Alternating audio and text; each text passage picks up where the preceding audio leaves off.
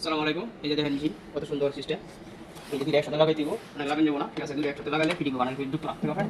এই যে সিস্টেমটা, এই যে ঢুকাইলাম। ও সরি, ওটা হয়েছে গা। এই যে দুটো একসাথে ঢুকলো, ঠিক আছে? এই যে এইটাও দুটো একসাথে দুটো ঢোকানো লাগবো, ঠিক আছে? আর নাহলে একটা একটা ঢোকান যাবো না, পাঁচ এরকম সিস্টেম, এই সবার পানি দেবো সিস্টেম।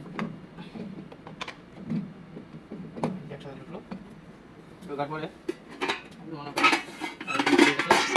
এই যে একটা ফার্স্ট টু ফার্স্ট,